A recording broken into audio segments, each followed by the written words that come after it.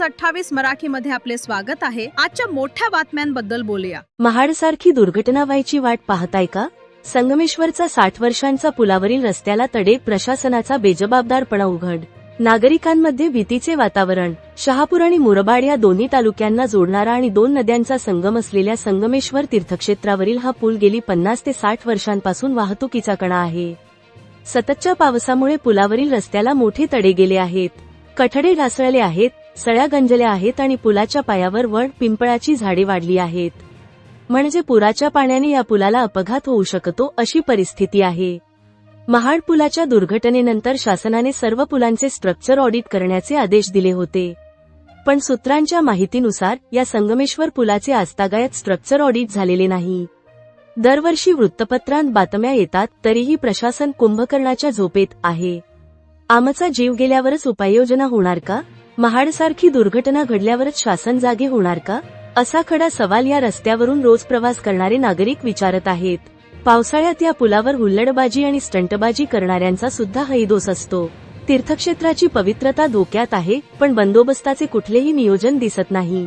हा फक्त एक पूल नाही, तर लाखो नागरिकांच्या जीवाचा प्रश्न आहे। प्रशासनाने तातडीने स्ट्रक्चर ऑडिट करून दुरुस्ती आणि पर्यायी व्यवस्था करावी, अन्यथा जीवितहानी झाल्यावर आम्ही कारवाई करू म्हणण्यापेक्षा आताच जागे व्हा, अन्यथा जनतेचा उद्रेक होण्याची वाट पाहू नका। आय न्यूज 28 मराठीसाठी शहापूर ज्युनियर रिपोर्टर उत्तम बांगरची रिपोर्ट। नमस्कार, इंडिया न्यूज 28 मध्ये आपलं स्वागत आहे। आज आपण काळू नदीच्या पुलावरती पाहणी करायला आलो आहोत। तर इथे सदरील पुलावरती पाहणी केली असता पुलाला बरेचशा प्रमाणामध्ये तडे गेल्याचे दिसून आले। तरी आपण येथील नागरिकांशी संवाद साधूया। सर, आपलं नाव? माझं नाव तन्मय तानाजी गोड आहे, नाटगावचा रहिवासी। अच्छा, गावातील रहिवासी। आपलं प्रवास इथून डेलीचा असतो का? हो, डेलीचा प्रवास असतो। तर आपल्या काय समस्या आहेत? आपली समस्या काय?